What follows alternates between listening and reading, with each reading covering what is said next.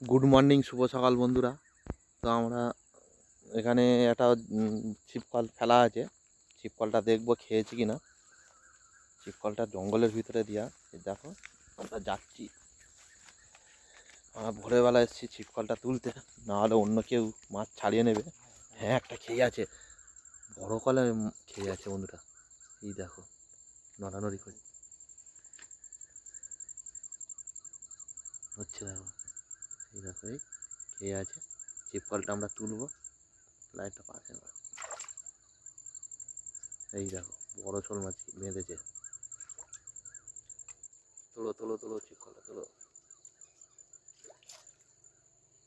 সাইজটা দেখো